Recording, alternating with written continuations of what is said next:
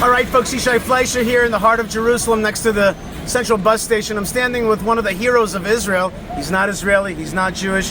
He's Mosab Hassan Yousef, the Green Prince, the son of Hamas. A huge book that has been read by soldiers, by everybody here in Israel.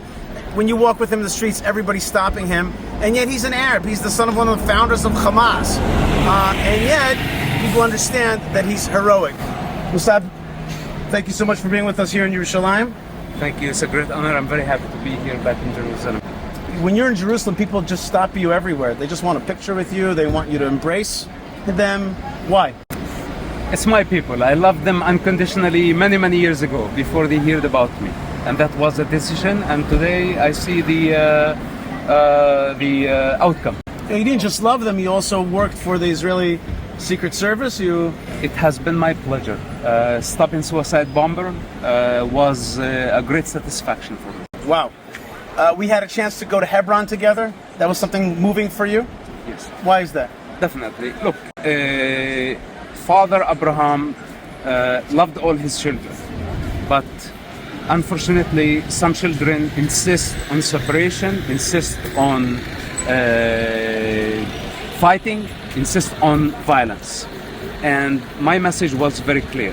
Unity is the only one. Submission to God, the God of Abraham, not the idols of Mecca, and not the spirit of conquest, not the spirit of aggression. That they need to understand the diversity of life and the universal design.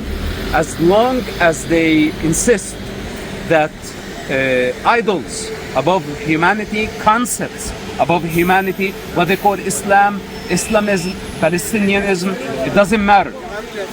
This is a very clear message. Hebron, Jerusalem, and Judea and Samaria, it belongs to the Jewish people. This is the true identity. Identity and property theft is not going to solve the problem. Muslims, Palestinians need to admit the heritage and the right of the Jewish people to exist in this land. This is my message. As long as they deny history, facts, archaeology, truth, Bible, and try to replace it with whatever narrative that they have in mind, there is going to be violence. Time to drop the mask. Time to drop the false narrative and admit the truth. And this is why I'm here. And you believe that it's not just through teaching, but it's also through meeting violence with violence. You've told me that you think that Israel should take back the Sinai, should control Judea and Samaria, should control even more of Syria in order to actually strengthen Israel's position. Is that right? Did I say that right? Look, first of all, the way I see Israel is not limited to political borders. Israel is universal. Israel is the blueprint.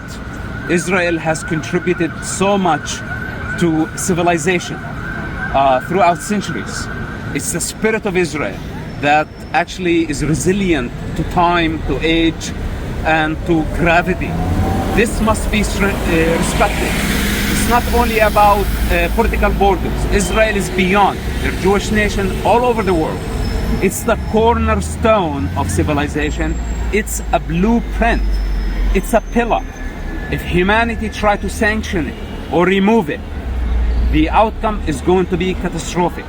So for me, when you talk about Sinai, if this what really means to protect the Ark of Noah, this is a fortress and must be protected, because within this fortress, all the blueprints of civilization, and I cannot afford savages invading and posing a threat to all humans' achievement.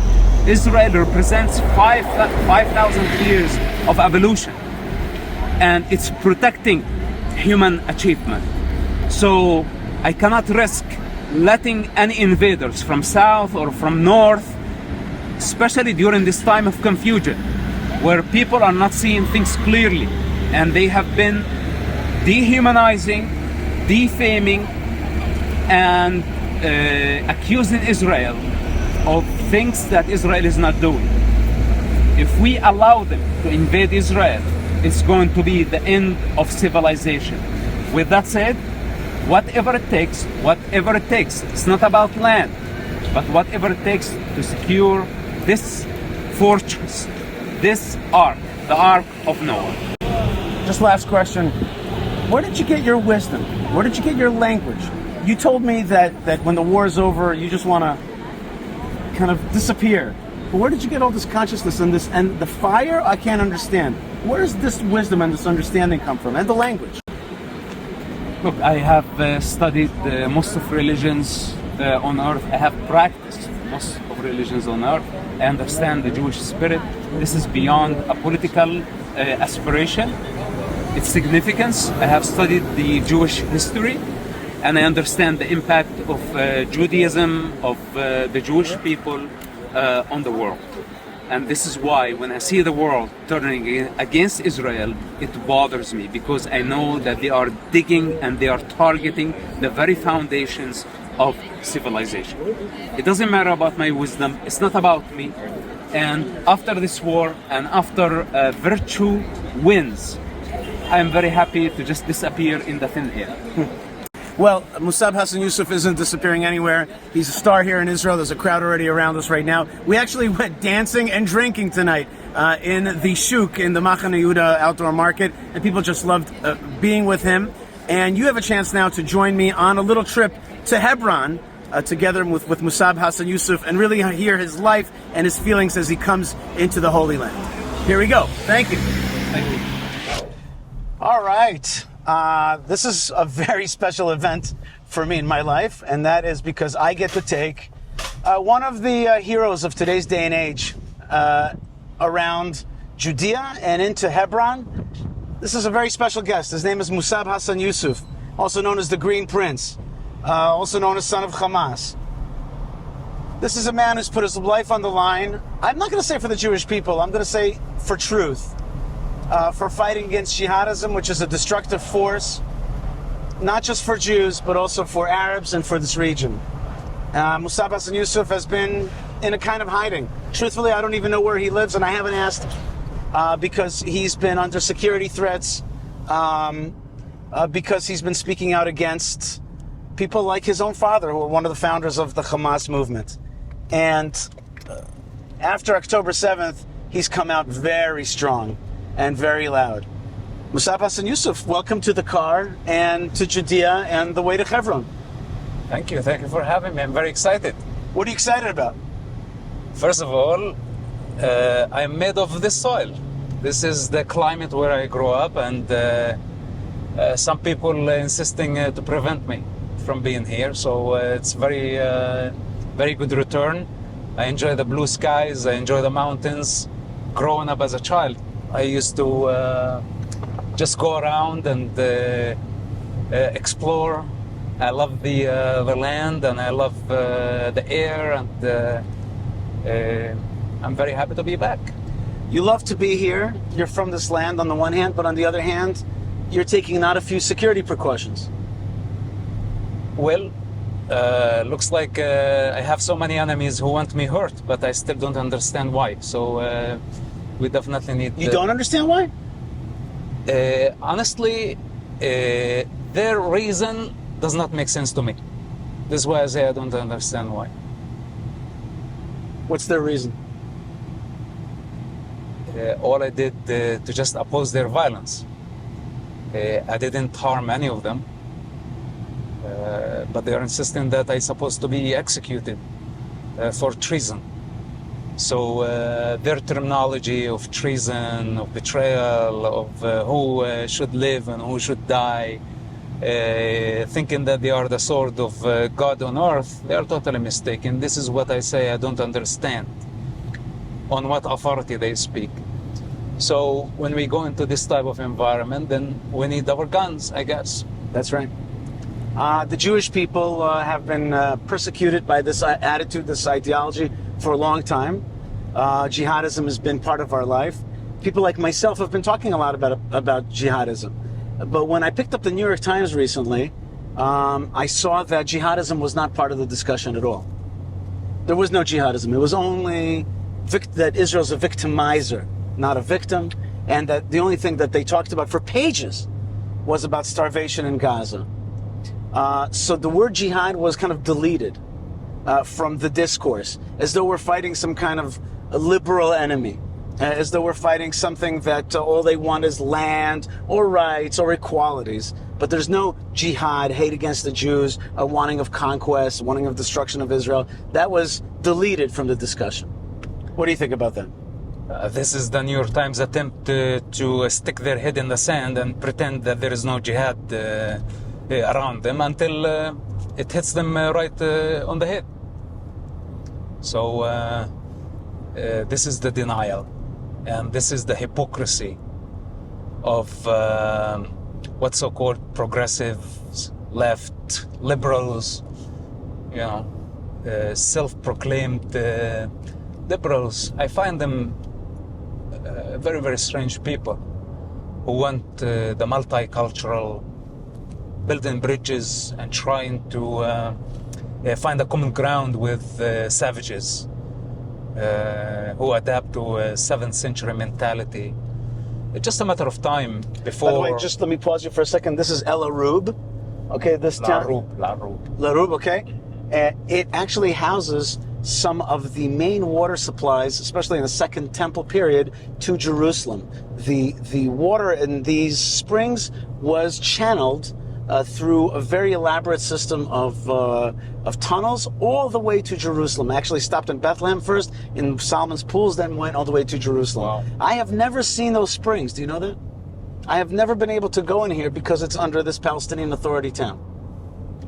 Yeah, well, I am not allowed to go because I'm not allowed to go say hello to my mother, which lives literally half an hour away. Wow. Because of the Palestinian Authority. Wow. So how should I feel about such people, you know, who came way after I was born? Just for your information. Palestinian Authority is a new thing. And it was established supposedly to bring justice to the people.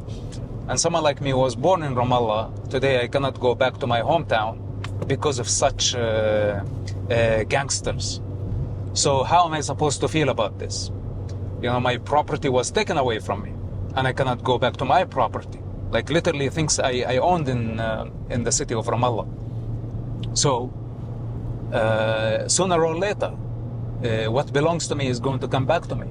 And all these newcomers who came from outside, from Tunisia, playing the saviors of what's so-called Palestinians, victimizing the whole nation, they need to wake up at some point. You know, if I was born here, if I belong to this land, then it's on the authority of the land and of heavens I walk here.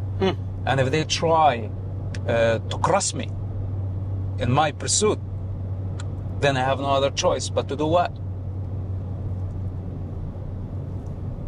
I choose peace all the time, but the use of force is my last resort, and I never cancel it. For many, many years, I thought to myself... Like a real Middle Eastern. Middle Eastern style. By the way, here's the army. They're making some kind of stops right now. This is a... Look, there's stoppages right now of people who are being suspected. We're on Route 60. We're on Route 60. This is the major road over the ridge of Judea and Samaria. Now we're heading south from Jerusalem to Hebron. Yeah. Well, we did not have to deal with this, where people had to infiltrate to work. Prior to the first Intifada, people were able to go everywhere, work peacefully, shop. It was open for everybody. But waves and waves of mass shooting and suicide bombing made it almost impossible for everybody to live in this region. So in order for us to go back to the golden age before the first Intifada, we need to remove all the cancer and all the indoctrination that came from outside, from Tunisia, from Yasser Arafat, and all these opportunists who still insist on spreading hateful indoctrination at the expense of the future of the Arab and Jewish children. It actually breaks my heart to see those... you just saw some young people, some kids. Yeah, because they're entering the region illegally, and we don't know who's terrorist and who is not. So now everybody has to pay for the evil doings of terrorists. You know, this is like you haven't done an interview like this. You've done a lot of interviews in Israel, but not in the car in the way to Judea, okay? I've seen some of your interviews. You're getting, you have a kind of like righteous anger sometimes. You get heated up. You yourself even told me that you got heated up when you were at I-24. What's getting you like, right now I see, you know, you're in the air-conditioned car, we're good. We're heading towards a special holy place. You're in the land, you're seeing it. But what's getting you like riled up inside? What's getting you heated up inside? Well, maybe they did not have a good aircon. Yeah, that's right. That could be. But look, there are moments where I don't feel the need to rationalize. I prefer to speak to people in a calm manner. This is how I deal with those who are friendly. But those who try to cancel me, those who try to basically discredit a life experience instead of listening, I don't have tolerance, especially with those who legitimize my adversaries and my enemies who want me dead. So they immediately taken the side of my enemies, and I have the right to deal with them through the language of fire. This is an aspect of me. Not only do you have the right, but also it's very powerful. It causes a kind of awakening sometimes in people. That people are like, whoa, like this guy's he's coming from here. He's coming from inside. He knows what he's talking about. And that fire is, you know. Look, some people think that this is an emotional expression. They have no idea. If they want, they can try to channel such electric current, and I want to see how their nerve system can handle it. It will burn them. So I express myself in every moment accordingly. If I need to use the means of fire, this means I need to use the means of fire. This is war. To me, this is existential war. It's not only Israel war, it's my war. So sometimes I'll have to use the means of fire sometimes. I prefer to speak calmly because I don't have to lose as much energy. That's right. This turn right here is Route 35. It takes you all the way down to Ashkelon. It's called the Cross Judea Highway. What's ahead of us now? That's already Chalchul. We're already here. We're on the outskirts of Hebron. So this is Chalchul and Hebron already. It's mixed in. And notice, by the way, some of the houses here are very large. Here's a humongous Arab house. These are all Arabs here. Okay, not a lot of Jews on this road until in about 6 kilometers we get to... When was the last time they had a shooting on this road? Not often. I've been driving on this road. I've been working in Hebron for 8-9 years, and I have not experienced problems here. So basically the Shin Bet is doing a very good job. Yeah, the security apparatus is doing a good job. We all know that Hebron has a lot of Hamas, but the roads have been good. You saw yourself. That's also Halhul? That's the other side, yeah. That's the other side. Yeah. These are all there's Chalchul, Khalil, Hebron, and Yatta makes up a huge urban area of Arabs in Judea, in this region south of Jerusalem. The state of Israel has not done a great job at settling this piece of land. We were earlier in a more settled area, which is called Gush Etzion, but down here in the Hebron Hills, much less folks, much less Jews live here, and one of our calls to the state of Israel is to resettle this land. Correct. What's the population within the city of Hebron? So Hebron itself has about 1,000 Jews, but our sister city, Kiryat Arba, which we're going to drive through, has about 9,000 Jews. We have about 10,000 Jews, a block of 10,000 Jews, in at least 250,000 Arabs. So 250,000? Palestinians, so-called.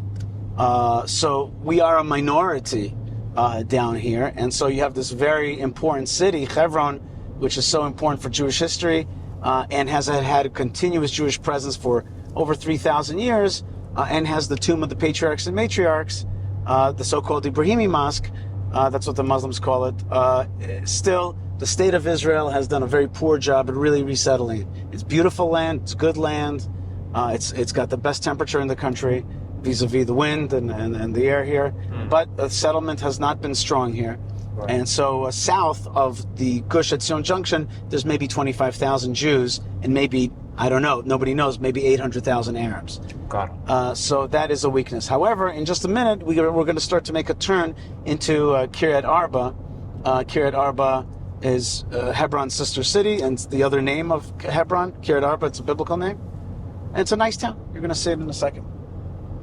So Kiryat Arba is connected to the Jewish quarter? Yes. Okay. There's a little bit. So this is basically the biggest Jewish community since the 1929 Jewish massacre. That's right. 1929, Jews were massacred. There was a Jewish community here. One of the reasons they were massacred, by the way, is when the guys with the guns from the Haganah came, the Jews of Hebron said, "We don't need you guys. We know the Arabs. We've been living and working with them. Right. You get out. You're stirring the trouble. We know the Arabs. We will work well with them." And then Haj Amin al-Husseini stirred up this riot, this jihadist riot in 1929 that murdered 67 Jews and destroyed the Jewish community. I heard it was barbaric. It was the same as October 7th. As October 7 Same and as the other barbaric attacks that what we witnessed just recently against the Druze, basically representing 7th century barbarism. Right, and it's tactical though, right? It's not just bloodlust. It's also that's what's going to scare the enemies, and so therefore be as horrific. For example, the baker had an assistant, and his assistant, the Jewish baker had an assistant, and his Arab assistant decapitated him and threw him into the furnace that they worked together next to. That's part of that barbarism that you're talking about. This area is militarized.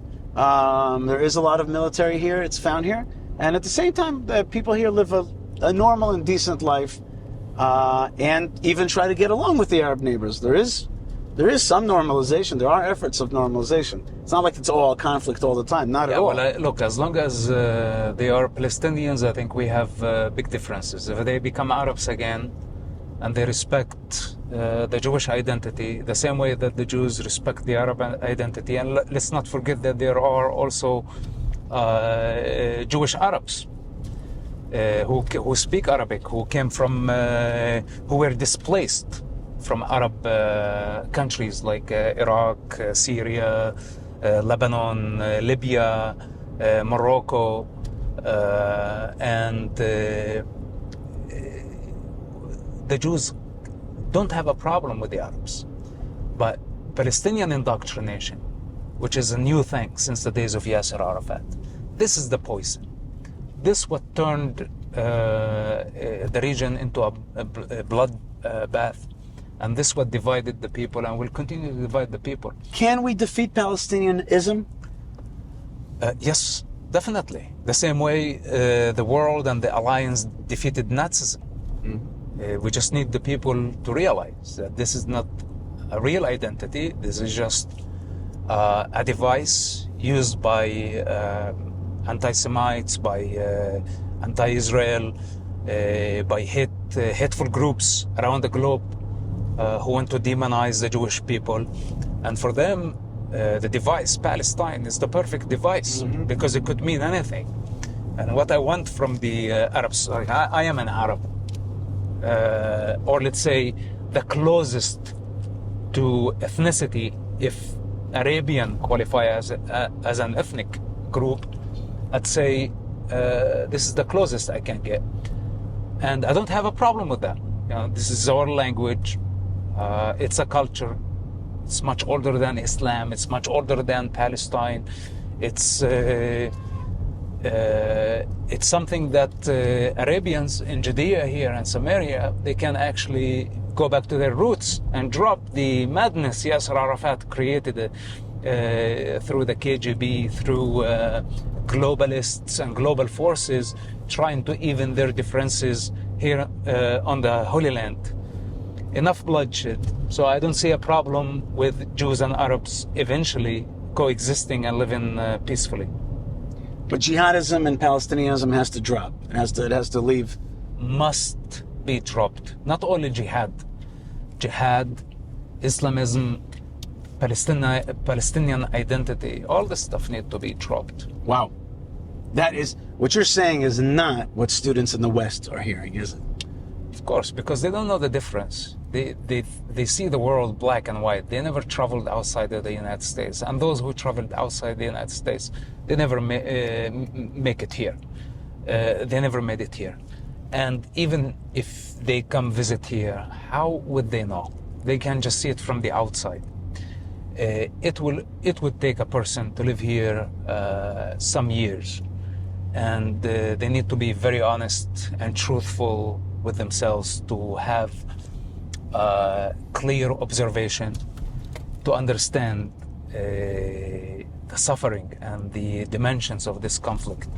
But people who just learning a couple of ideas from TikTok and from social media, and they think that there is just victim and perpetrator, and they portray Israel as oppressor and what so-called Palestinians as the underdog oppressed, they're totally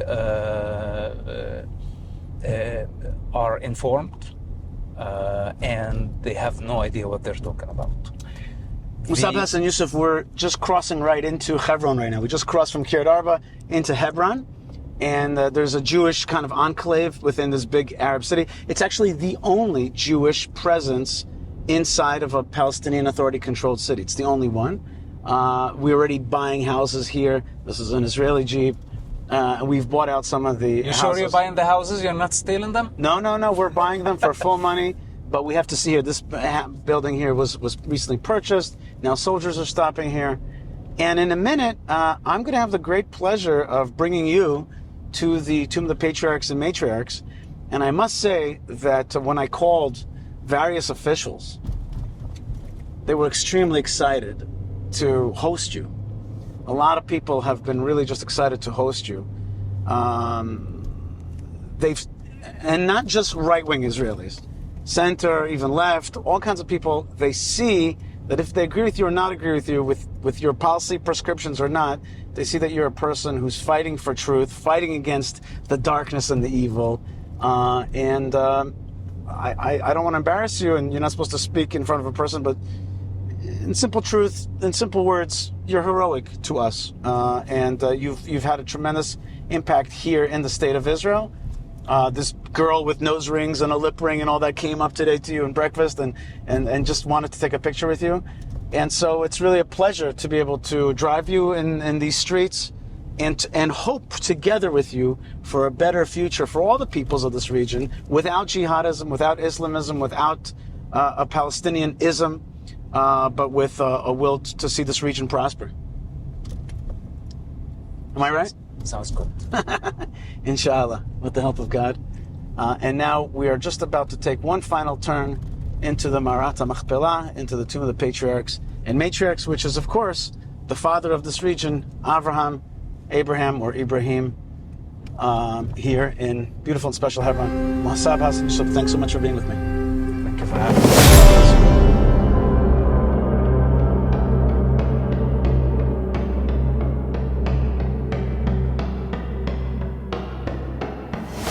Okay, it was built by King Herod 2,000 years ago. And you can see the Herodian stone looks just like the Kotel. Big difference between this place and the Kotel is, this is extant. This is full. This building has never been destroyed, never been broken. Out of all of Herod's buildings, this is the only one that is remaining totally standing. So it's actually a marvel on its own. That's number one. Number two is, who's buried here? The Bible, the Torah, chapter 23, book of Genesis, talks about how Abraham comes to Hebron to eulogize his beloved wife and to cry over her. Already shows you the value that the Torah and Abraham placed on a woman. And he purchases this property and he buries his beloved wife Sarah. Then Abraham himself is buried here. Who buries him? Abraham is buried by his sons, Isaac and Ishmael. Wow. So there is a place that this tomb actually bridges Arabs and Jews. Only at funerals. Why? No, Looks like it.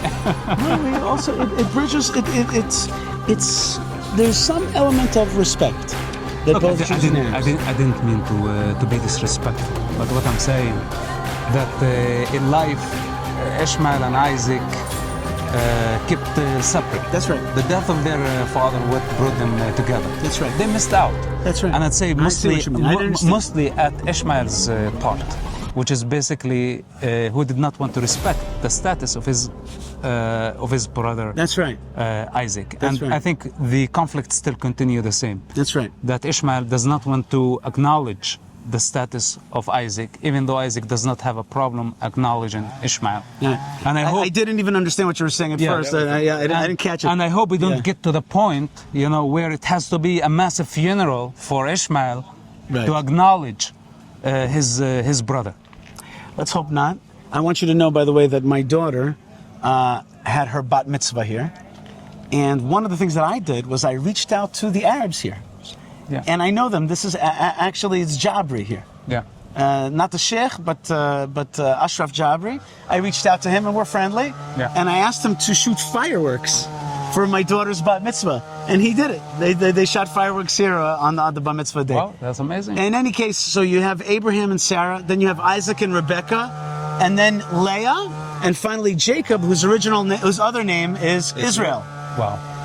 And so he's So buried also here. Jacob's... This is Jacob's tomb. So this is really, that's why this is the number 2 site. I've heard you mention a few times, this is the second most important site to the Jewish people, because the founders are buried here. The founders are buried here. Abraham and Sarah, Isaac, Rebecca, Jacob, and Leah. There's a few other characters that are also said to be buried here as well, but the bottom line is that that's what this building stands for. Look, I'm very happy that the Muslims don't claim that Muhammad is buried here. No. Because, they can change any narrative, any holy book and say, it's like, this is our site, and Allah grave is here. I don't know. And people would believe it.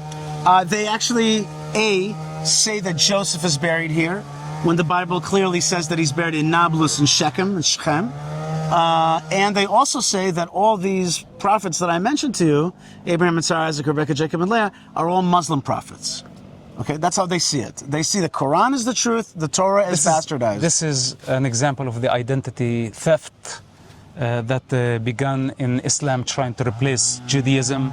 And today we see it also, Palestinianism trying to replace Israel, to replace Zionism. And I think they are all failing attempts because archaeology does not lie. Science does not lie. I was once with a tourist here, and he says to me, this is nice, but where's the archaeology? Right. And the reason is because this is an amazingly preserved 2,000-year-old building. We had archaeology close by here, which is 700 years old and was old rubble.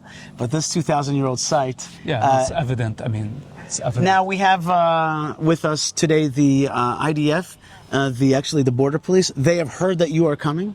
And by the way, I want to mention Dan Diker, who really is your host here in the country and has done an amazing job at bringing Mosab Hassan Yousef, but not just bringing him as a guest, but also seeing him as a person that has a policy vision as well. Is that right? Absolutely. Okay, can I just get a word out of you on this? Yeah, first of all, thank you very much for hosting us in the ancient nice to meet city you. of Hebron. Nice to meet you too. The city of our fathers, mothers, and it's really a privilege to be here with Mosab as a figure that really has a great power to bring Jewish people actually together and to reinforce the importance of our claims, of our history, of our present, of our future. So the Jerusalem Center for Security and Foreign Affairs is delighted that he's joined us as a senior fellow in Middle Eastern and international security. And you had this brainchild to bring him here, and then you reached out to me to honor me by bringing him, but you haven't been here in a while yourself.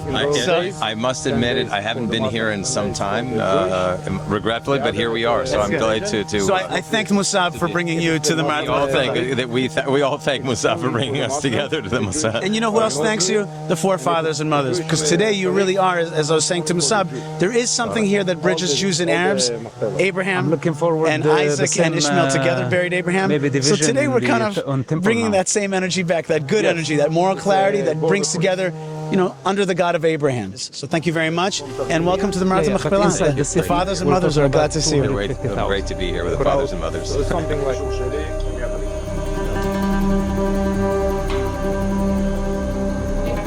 כן, adesso. Okay, we're going up to the staircase. This is a Jordanian-built staircase. The original entrance was actually at a different spot. So they built this between 40 and 48? Yes, yes. Between 48 and 67, they completely controlled here.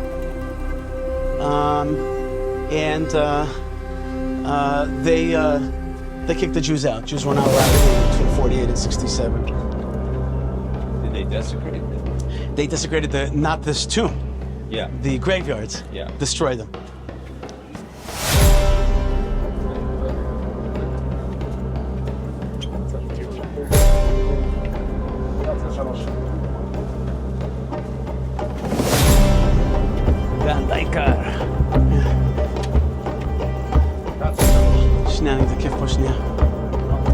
Okay, we have here a mezuzah, and the reason this is important, I'm stopping here, is because this mezuzah is a big one. You can't take it down, because the way we have it, we actually have an agreement with the Waqf and the PA that this building is split in half. Okay, there's an Arab side and there's a Jewish side, but they get full control 10 days a year, and we get full control 10 days a year, non-sequential. But in their 10 days a year, they would rip off the mezuzot. Okay? They would When they have the control, the full control, so they have to cause trouble when they have full control. Yeah, so they would rip it off the mezuzot. So we put this mezuzah up that you can't take down anymore. That's number one. Number two is it says here, Sha'ar Gan Eden. Why? Because according to Jewish tradition, there's another couple that's buried here, and that's Adam and Eve. Adam and Eve. Who says? That is a deep Jewish tradition. Deep Jewish tradition. It doesn't say it in the Bible. It does not say that. But Jewish tradition in the Talmud, in the Kabbalah, in the Rashi, it says it everywhere. Got it. We believe that Adam and Eve are buried here as well, which bridges both the Jewish story and the human story. Okay?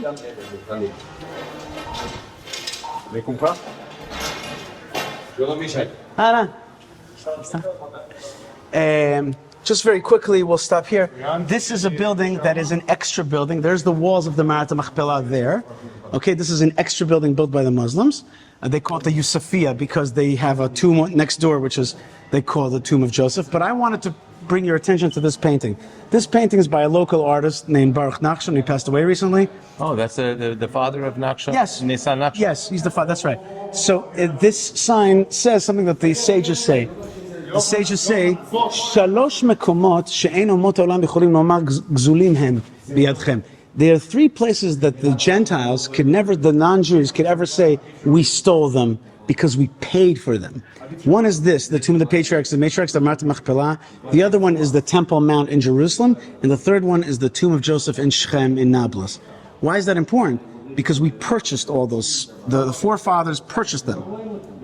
But think about those three places: Hebron, Al-Quds, Jerusalem, the Temple Mount, and Shechem, Nablus. The most controversial places, the places that the jihad claims the most for themselves, are the places that our forefathers purchased that the rabbis say, you can't deny that it's ours.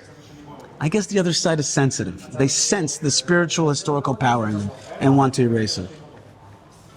Okay. It's called theft. Identity theft, like you said, for sure. Identity and property theft. Right. Okay. As we walk through here now, we actually walk into the tomb building itself. Hi, good to see you. Hi. Likewise. Appreciate all of what we do. Thank you very much. Nice to meet you. Meet you.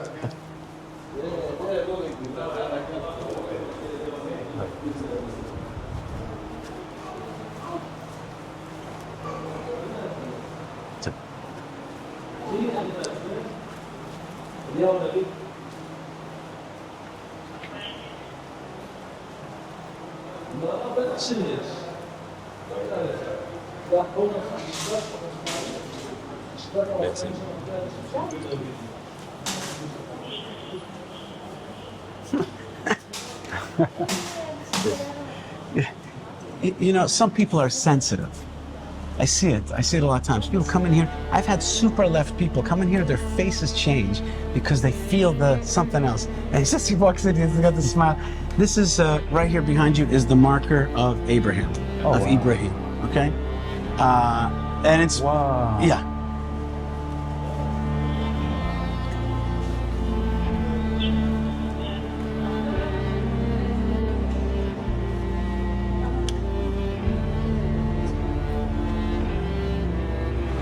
Dan, you really You brought like a star to Israel. I mean, but what kind of star is he? Silly films, silly Hollywood films? they're authentic. Authentic Of light. heroism. Light.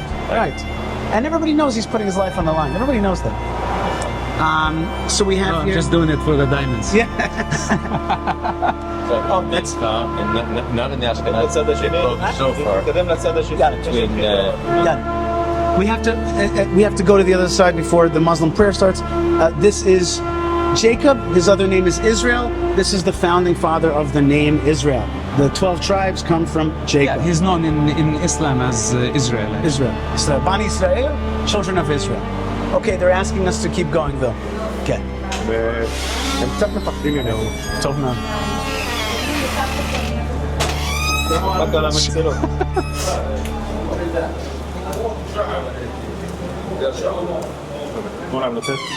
Aren't we supposed to take off our No, shoes? they have a special carpet for us. You see that? They put this down for us. Okay. Can we say hello to the people? You can. It's up to السلام you. عليكم. عليكم السلام.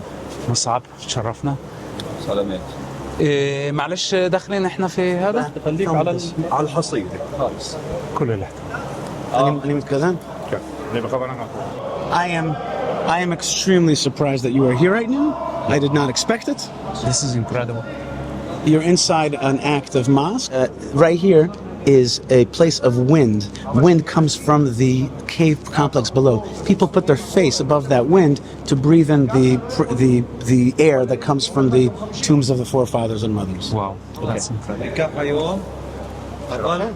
כמו אתמול. TikTok. גבר לגבר. ככה צריך. אתם באתם להתפלל, אני רוצה שתתפללו. זהו. ישי, ימינה. ימין. רבי, אני נועל פה אני יוצא איתם מפה. We're going out this way. Yeah. It's أنا اللي وين ولا أنت؟ السلام عليكم. كيف حالك؟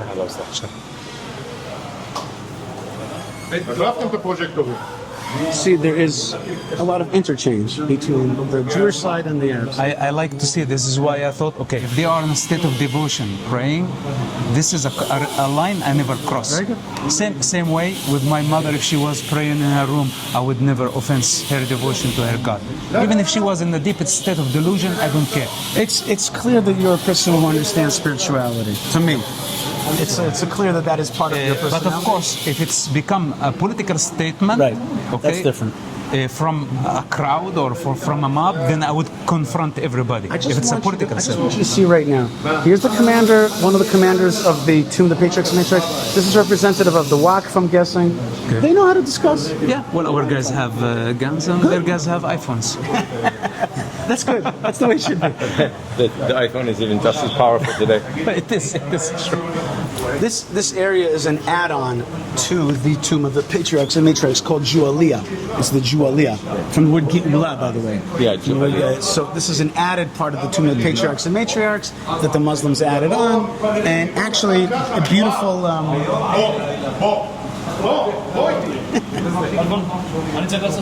كيف حالكم؟ كل בסדר? תודה רבה, תודה רבה. شكرا شرفنا. شو اسمك؟ أشرف. شرفنا. شرف.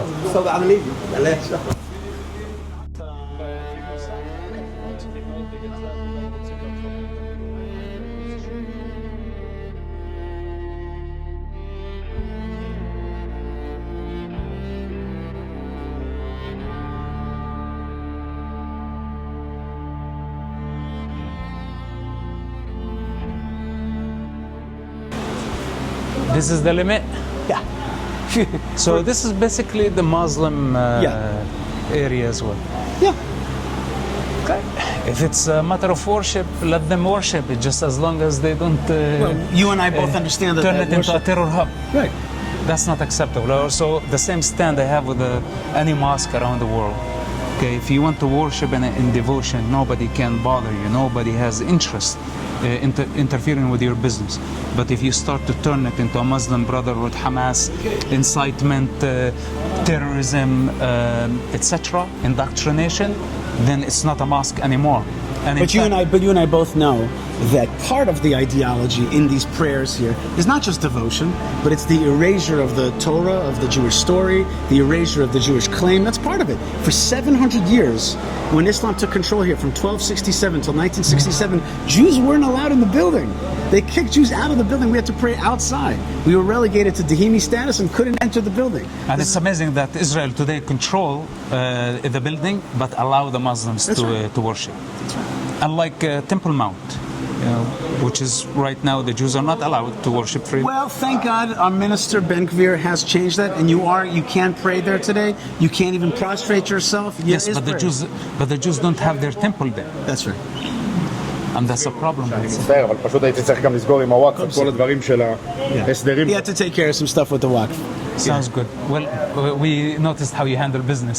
So it's the only thing, the only way. It's because prayer time, and we just did not want to be offensive to the people. הוא מכבד את הזמן של התפילה, כך הוא אומר. כן, כן, הכל בסדר. As long as they are okay with that, and but it's amazing. I don't remember being in a mosque for a very long time. הרבה זמן לא היה במסגד. So this is the first time, and thank you for giving us the security needed. I appreciate that. It's my honor. We need security to go into the mosque. Bye, Shanton.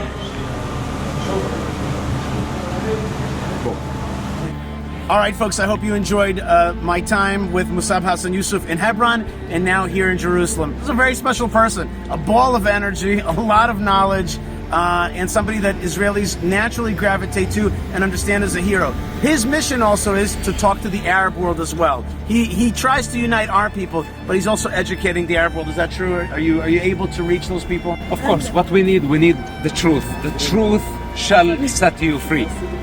The problem with falsehood eventually leads to violence, and this is what we are dealing with.